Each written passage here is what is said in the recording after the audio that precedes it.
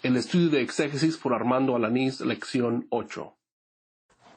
Muy bien, vamos a comenzar en la lección número 8.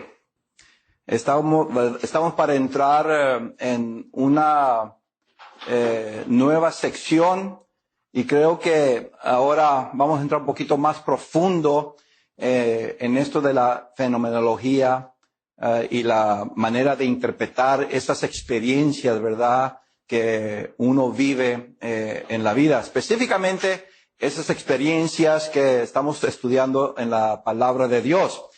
Vamos a estar viendo la exégesis analítica de la historia del texto.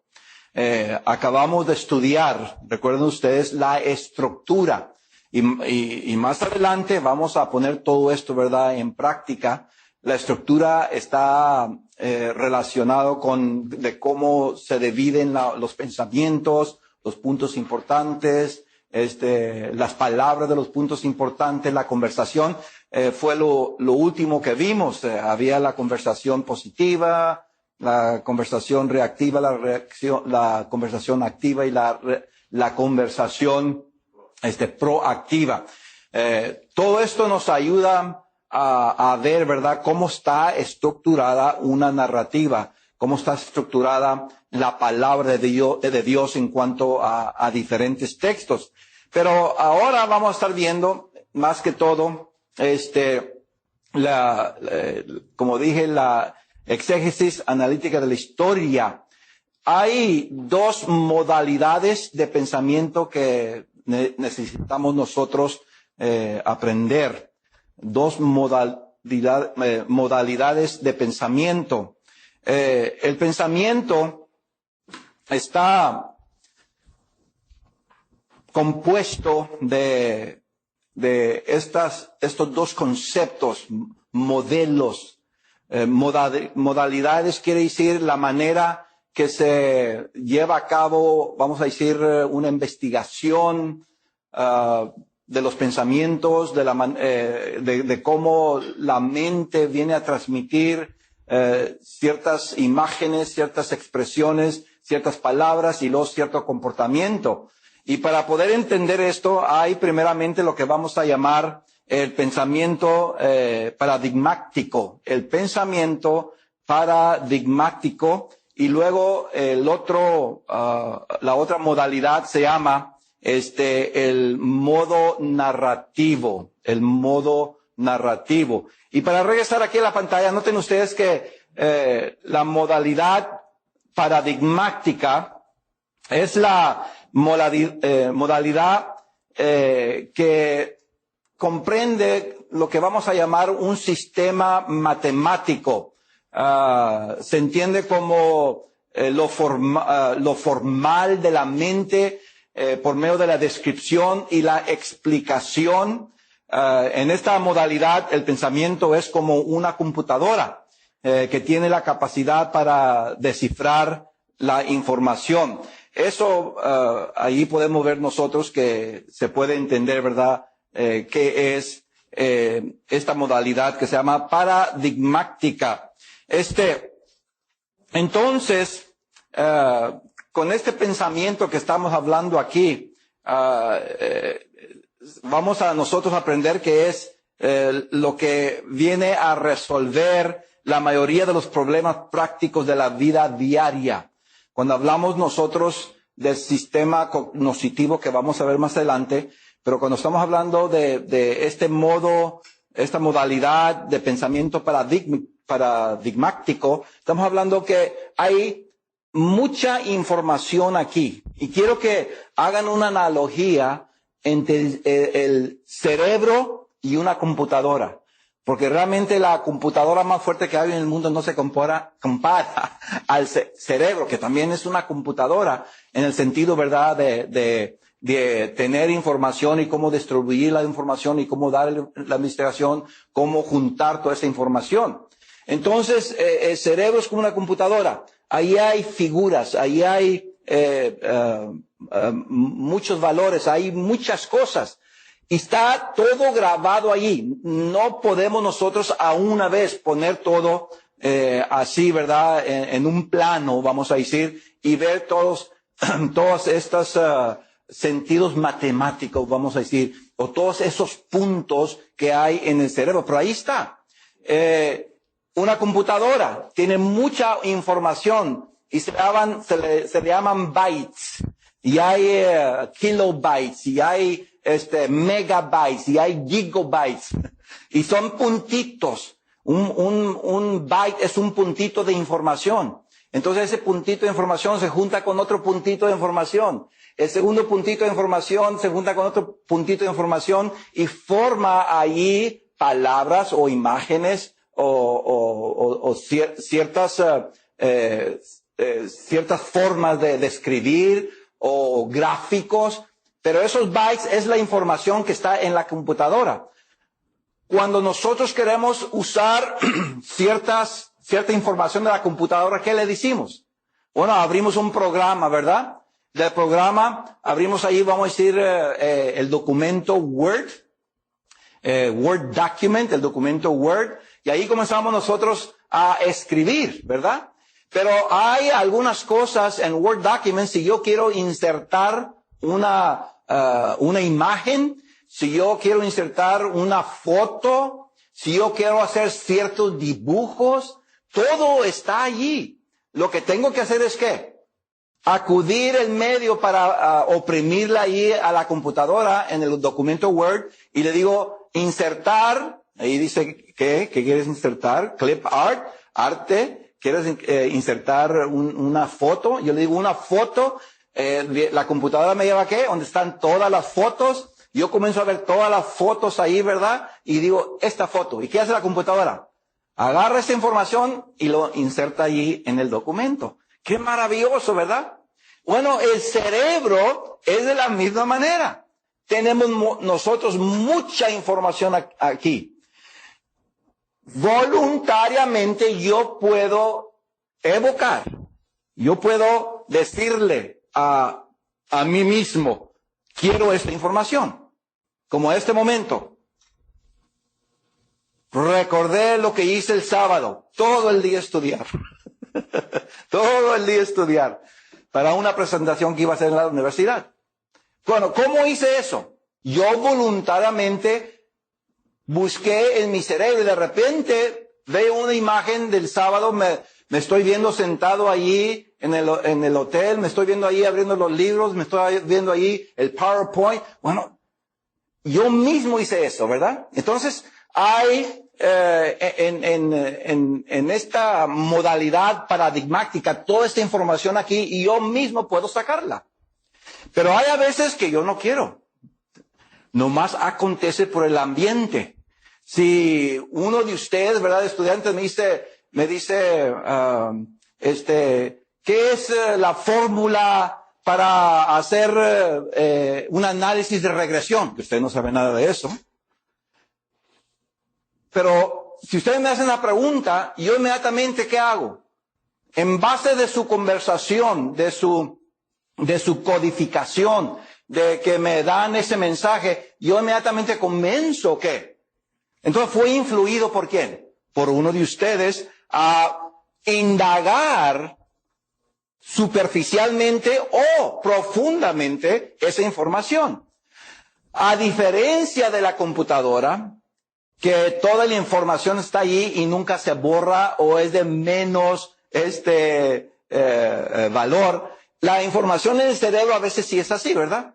Porque yo no me puedo recordar lo que pasó hace 10 o 15 años con mucho detalle. Tengo algo de memoria.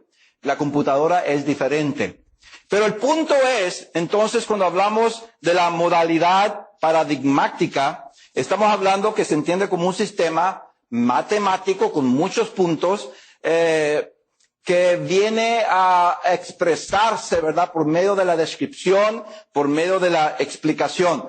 Se describen los pensamientos y se explican los pensamientos. Muchos de ustedes tomaron mi curso de consejería pastoral. ¿Se acuerdan que cuando hacemos nosotros que queremos saber información de un paciente, de un cliente, comenzamos a hacer las preguntas circulares? ¿Se acuerdan las preguntas circulares? Hay dos cosas: cómo extraer esos pensamientos y hacer un análisis y una interpretación. Que preguntarle al cliente, al paciente, preguntarle, explícame lo que estás diciendo. No nomás me digas, pues mi esposo se enojó conmigo. Ok.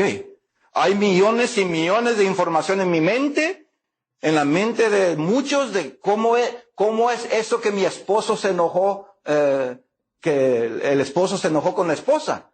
Entonces, ¿qué hace uno con el paciente? Explícame eso. Explícame qué quiere decir con eso. Y comienza a explicar. Pues es que estaba aquí, estábamos en la casa, y luego allí de repente estaba él viendo la televisión, y yo estaba cocinando, y la comida estaba lista, y le dije, ya está lista la comida, pero él estaba tan apegado en el soccer que no me puso atención, y me enojé, y ahí hubo una discusión. Ok, ¿se fijan ustedes? De solamente decir, ¿en qué te puedo servir? ¿Qué ha pasado? Pues mi esposo se enojó. Es que es muy superficial. Queremos nosotros sacar de esa computadora del cerebro, ¿qué? Esa información por medio de la explicación. Este es lo que estamos hablando del modo paradigmático. Está todo allí. Nosotros tenemos que tratar de extraer esa información. O lo hacemos por medio de la pregunta descriptiva. Descríbeme. Porque una vez que ya da la información de cómo se enojaron y que estaban comiendo, ahora descríbeme las emociones. Descríbeme qué estaba pasando. Quiero ver yo exactamente qué pasó. Oh, pues él se alteró y comenzó a brincar y a hacerme así y me amenazó y comenzó a salirse para afuera. ¿Ahora qué? Está describiendo lo que estaba aquí. ¿Ven? Ese es lo que llamamos nosotros la modalidad paradigmática. Pero además, noten ustedes en la pantalla, hay la modalidad de la narrativa, en el modo de pensamiento narrativo, es el tipo de pensamiento, y creo que más antiguo en la historia humana. Antes de escribir, como hemos dicho, los pensamientos se hablan. Entonces, el pensamiento narrativo consiste en contarse la historia, la persona a sí misma repetidamente. Y lo mismo se lo hacen a otras personas. Estas historias narradas construyen un significado con el cual nuestras experiencias adquieren sentido. Entonces, estas historias que nosotros tenemos en la mente, son experiencias que se graban aquí, ¿recuerden? La construcción del significado, noten lo que digo, la construcción del significado de una experiencia, surge lo que llamamos nosotros la narración. Y de allí vienen cómo nosotros actuamos nuestra historia. Ok, ¿qué vemos nosotros? ¿La construcción de qué? Del significado de la experiencia. Tenemos una experiencia. ¿Se construye qué? Significado de eso. ¿Qué significa esa experiencia para mí personalmente? Pasé por una experiencia. ¿Qué quiere decir eso? Yo le doy ¿qué? Significado con toda esta información que tengo aquí. Luego, lo que resulta es que actuamos nosotros sobre ese significado, esa historia que ahora la estoy poniendo en práctica. ¿Cómo comienza? Experiencia. Hay un ambiente, ¿verdad? Hay un ambiente. Luego, ¿qué pasa? Esa experiencia le doy un significado. Estoy construyendo, ¿verdad? El significado. Una vez que ya tenga significado de esa experiencia, ¿qué hago? La actúo. Comienzo a actuar de acuerdo a esa experiencia que le di el significado. Y la vuelvo a repetir esa historia. Es como cuando uno cuenta a los niños historietas, ¿verdad? Cuando están bebés o les cuenta uno la historia y la repite y la repite y la repite. Bueno, cuando hablamos nosotros de la modalidad narrativa del pensamiento, es que nosotros estamos, ¿qué? Actuando esa historia una vez, 2 veces, la repetimos, que realmente ya viene a ser un comportamiento. Como es la historia que se está repitiendo, yo me comporto. Como le he dado el significado a esa historia, es como yo me vengo a conducir en la vida. Eso se le llama, ¿qué? El pensamiento narrativo, donde viene estas historias a formarse en la mente. Las historias en la narrativa pueden ser verdad, es decir, experiencias reales, actividades en las cuales la persona se involucra en el intercambio con su ambiente personal. Yo creo que eso ya hemos estudiado algo de eso y no hay ningún problema.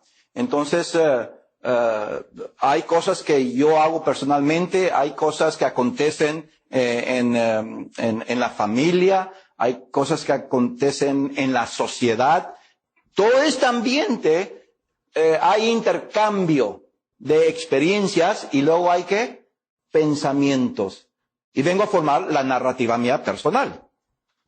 ¿Esta la puedo yo hablar o la puedo qué? Escribir. Bueno, normalmente nosotros en las relaciones humanas lo que hacemos es ¿qué? Hablarlas. En la Biblia, las interrelaciones entre el ambiente personal, familiar, social, se escribían. Lo que tengo que hacer yo como intérprete es ¿qué? Darle una interpretación al sentido de la experiencia del que escribe.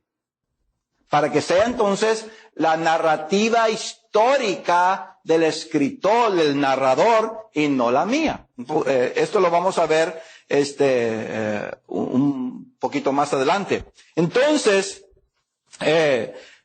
las historias son, como dije, reales, verdaderas y literales. Ya hemos estudiado en otra clase de hermenéutica que también hay sentido que figurado en la narrativa bíblica. Entonces debemos de estar conscientes que muchas de las parábolas, estudiamos muy bien eso, son experiencias reales, pero se le da ¿qué? Un sentido figurado para dar una verdad bíblica.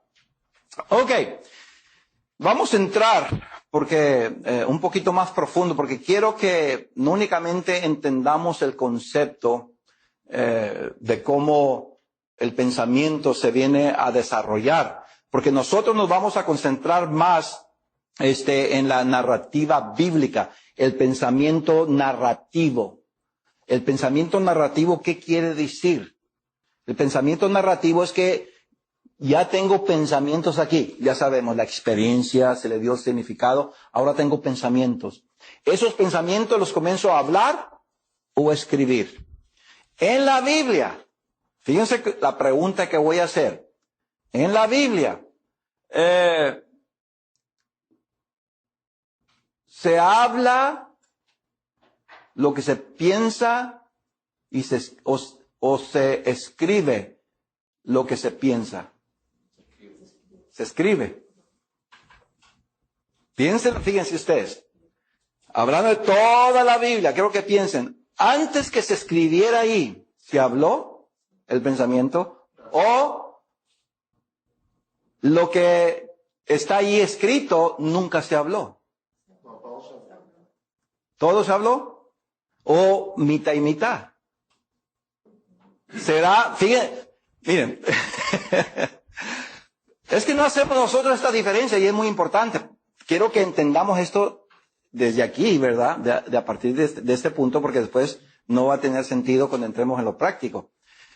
Hay ocasiones donde el profeta estaba hablando y dice, Isaías habló al pueblo. ¿Y cómo es qué? Bueno, él no está hablando y escribiendo simultáneamente, ¿verdad? Está hablando. Oh pueblo de Israel, oíd lo que dice Jehová de los ejércitos, si vosotros no os arrepentís. No está escribiendo y hablando a la misma vez. Está hablando, está predicando. Y luego, ¿qué acontece? Después viene y escribe eso. Hay ocasiones donde, con toda probabilidad, el profeta está ¿dónde? O el escritor, el narrador está ¿dónde? En su casa. Y ahí, de repente, ¿qué comienza? Dios a inspirarlo y comienza a escribir Primera de Corintios. Primera de Corintios no se habló antes que se escribiera. ¿Se fijan ustedes? Primera de Corintios, ¿sé qué? Se escribió. Y Pablo no dijo ninguna palabra. Lo que tenemos de Primera de Corintios, de las palabras de Pablo, son por espíritu. Por eso decimos el espíritu de la palabra. Quiere decir que cuando vemos una palabra, no que la persona me la dijo a mí directamente. Me la dijo, ¿qué? Por medio de la escritura. Pero esa palabra que dijo ese narrador, en este caso el apóstol Pablo, dijo esa palabra, pero como la escribió, tiene el mismo significado. Como si lo hubiera dicho, ¿qué? Verbalmente a mí. Lo que tengo que yo entonces hacer, siendo que no está Pablo allí para que me explique los de Cloé, si Pablo me hubiera dicho a mí, recibí información de los de Cloé, Armando, y yo le voy a preguntar, ¿y quiénes son los de Cloé? Y Pablo me va a comenzar a explicar, ¿verdad? Porque ahí está él directamente conmigo, pero no aconteció así. Yo tengo que ahora acudir a su carta y decir, ¿los de Cloé informaron a Pablo? ¿Quién son los de Cloé? ¿Qué voy a hacer yo como intérprete? Buscar información. No puedo yo nomás decir, oh, hermanos, los de Cloé, pues yo creo que es una familia. ¿Cómo? Tengo que yo buscar toda la información posible y llegar a la conclusión cuál sea la mejor interpretación de ese mensaje. A veces no es tan claro así, como desde Cloé. Si Pablo dice, como en Filipenses capítulo 3, pues yo soy fariseo, fui fariseo. Bueno, Pablo no está ahí para que me diga, Pablo, por favor, dime, explícame, ¿qué es ser un fariseo? Y Pablo me hubiera dado, ¿qué? Fariseo, esto y esto y esto y acá. Dame una descripción de un fariseo. Y me la da de esta manera, de esta manera, ¿verdad? Pero siendo que no está ahí, ¿qué hago yo? Busco fuentes que me puedan ayudar de darle significado a la palabra fariseo, no como yo creo que es el sentido de ella, sino como otros que vieron y conocen bien o fueron fariseos a sí mismos, ¿verdad? Y hay mucha de esta información, hermanos, en la Biblia, y hay, como he dicho, hay también mucha información extra bíblica en la palabra, no en la palabra de Dios, de otras fuentes que nos dan mucha explicación y descripciones en cuanto a los fariseos. Pero ven lo que estoy hablando aquí, hermanos, que cuando vamos nosotros a darle interpretación a una narrativa, es bien importante que el sentido original se mantenga. Ahora, ¿cómo se desarrolla todo esto? Vamos a ver la construcción de la narrativa histórica.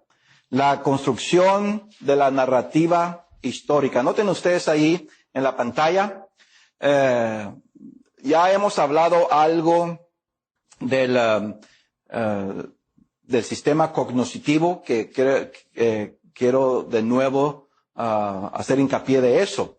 Pero al hablar o escribir una narrativa, la persona acude y utiliza las imágenes disponibles para expresar su pensamiento. La estructura cognoscitiva es compuesta de imágenes, ¿recuerdan ustedes? De conceptos, ideas, creencias, valores morales, valores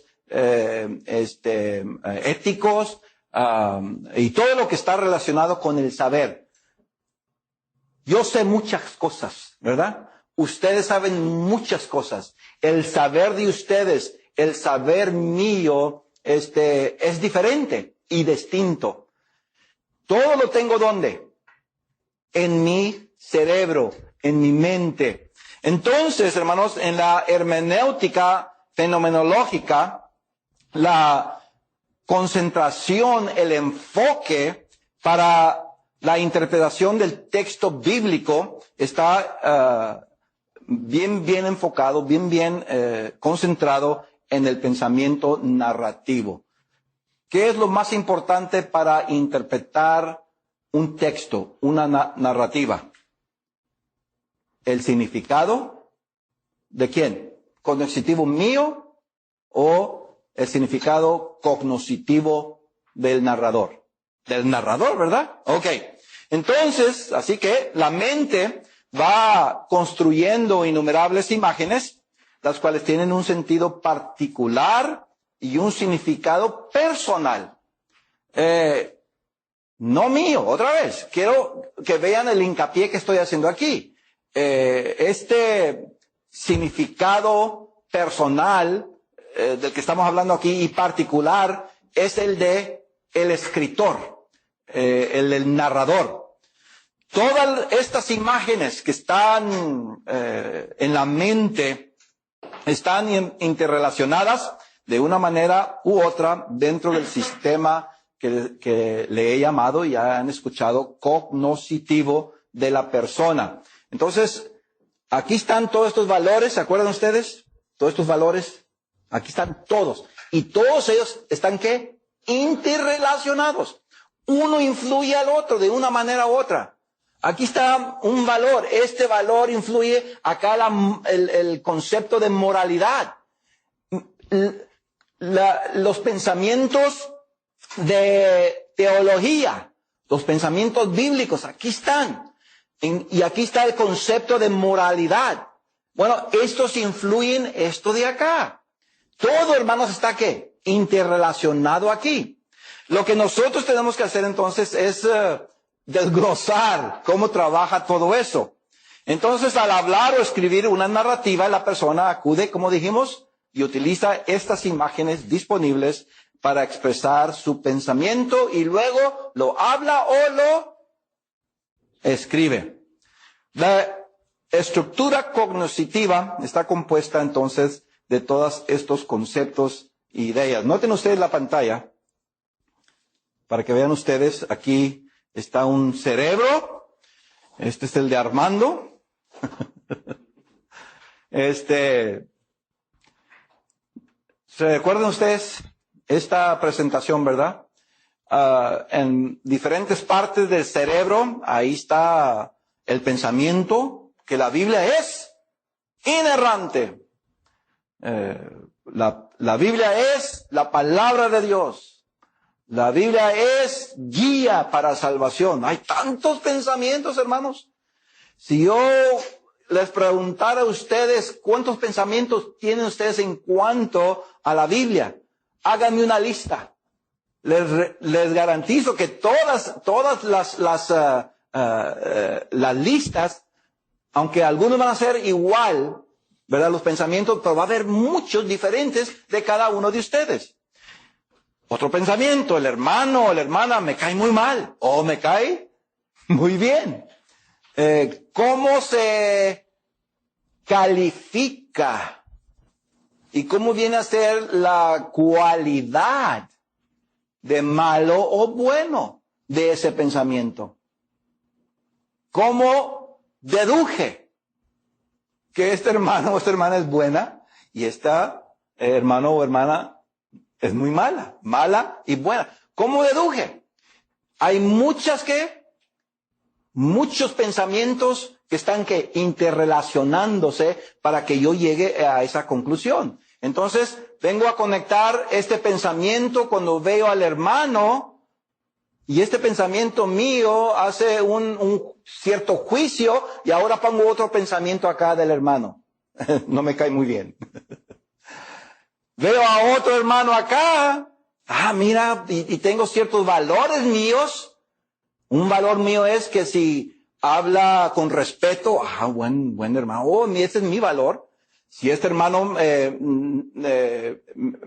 me trata con amor y con sinceridad, eso es bueno, hermano. Entonces yo tengo mis valores que vienen a influir, ¿qué? En la determinación de esa experiencia. Ahora viene a juntarse, ¿qué? Otro pensamiento acá. Este hermano es bueno. Este hermano es no muy bueno. Este es malo. Y ahí está todo, hermanos. Ahí está todo. Y luego yo quiero hacer, ¿qué? Una interpretación del texto bíblico que esa persona, Pablo y todos pasaron por el mismo, ¿qué? Por ese mismo proceso. Lo que ha hecho Dios es usar, ¿qué? El sistema cognoscitivo de los escritores, pero haciendo, ¿qué? Contrastes, influyendo en contra de aquellos pensamientos que no son de acuerdo a los pensamientos de Dios. Entonces acá están los pensamientos de Dios. Esos sí, hermanos, están perfectos, ¿verdad? Esos son perfectos. Esos pensamientos de Dios, y aquí están mis pensamientos, ¿verdad? Dios tiene que influir de una manera que mis valores, mis imágenes, mis creencias, mi teología, mi filosofía, mi psicología, sea lo que sea de acuerdo a los pensamientos de Dios. Entonces Dios viene e influye al escritor bíblico. Muy diferente, estudiamos, ¿se acuerdan como que es inspiración? Y si nosotros somos inspirados iguales que los apóstoles o los escritores de la Biblia. Ya estudiamos eso, no hay para qué entrar en ello. Ya somos expertos en ello. Pero Dios inspiró. ¿Qué quiere decir eso? Puso sus palabras, sus pensamientos, ¿dónde? En la mente del escritor.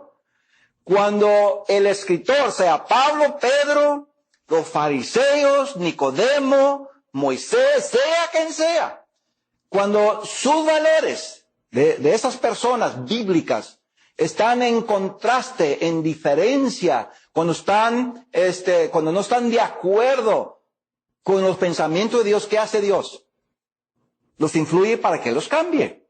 Por eso dijo Pablo que nosotros tenemos la mente de Dios. ¿Ven ustedes lo que hizo Dios? Porque Dios quiere entonces que cuando se escriba, hermanos, la narrativa bíblica, lo que está allí son pensamientos ¿de quién? De Dios.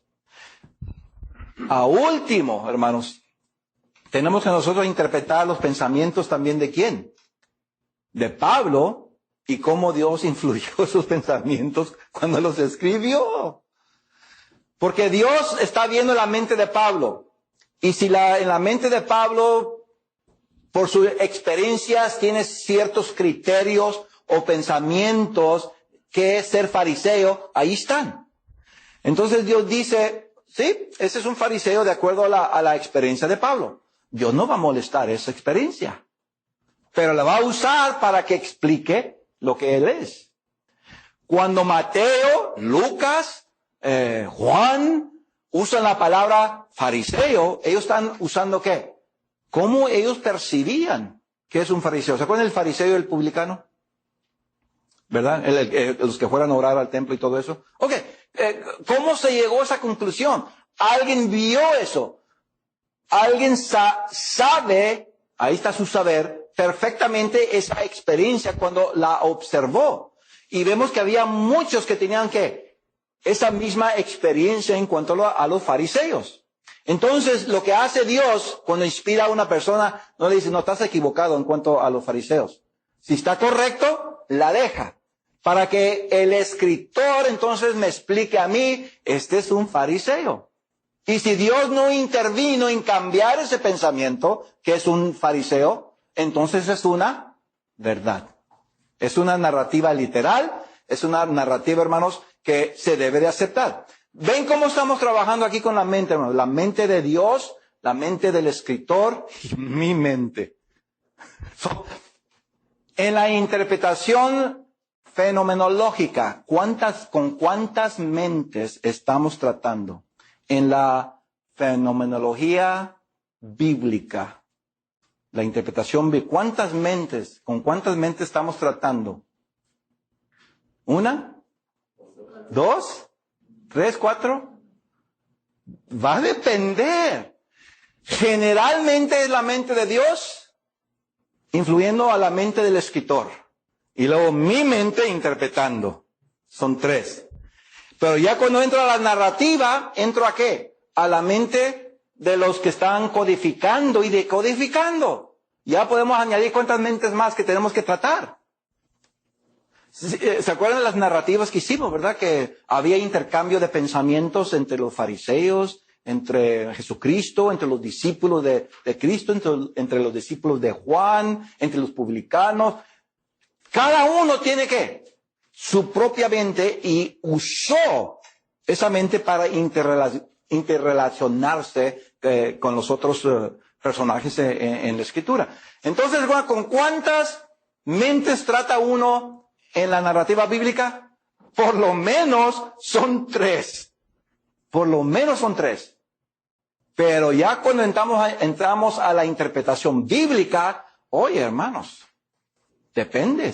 Si tomamos del versículos 1 al 10, y ahí hay como 4 o 5 personajes interrelacionándose, pues ya le añadimos a los 3 ¿qué? El pensamiento de Dios, que inspiró a Mateo para escribir esto, y luego lo que está escrito ahí, hay estos personajes, ya son muchas mentes. ¡Wow! Esa es interpretación fenomenológica. La interpretación de la narrativa bíblica. ¿Se fijan ustedes? Ok. El sistema cognitivo. Vamos a ver, noten ustedes ahí en la imagen, en la pantalla, el sistema neurológico. Ahí están las imágenes que tenemos nosotros. Yo puse una imagen de millones y millones y millones y millones. Ahí está una imagen, una idea en el cerebro. Lo que pasa es que una vez que se activa la predisposición que llamamos genética, junto con el ambiente, las neuronas gradualmente principian a formar el esquema cognitivo. Entonces, en las diferentes etapas de la niñez, cuando estábamos de niños, cuando llegamos a adolescentes y luego llegamos a adultos, el esquema se hace más y más fuerte y más estable con la edad. Entre más nos interrelacionamos nosotros con el ambiente familiar, personal, social, lo que va aconteciendo que se está formando el esquema cognitivo. Entonces, vemos allí en la pantalla que una vez que la experiencia acontece, las neuronas, lo que vamos a llamar transmisores, mandan ese mensaje a diferentes partes del cerebro. Una vez que ya la experiencia y las neuronas mandan esa imagen a diferentes partes del cerebro, ahí se queda. Ahí se queda. No hay tiempo para entrar en esta clase donde están la construcción de las diferentes actividades del cerebro, de las 4 partes del cerebro. Podemos decir 5, pero las principales son 4. ¿Qué actividades se graban, se almacenan allí?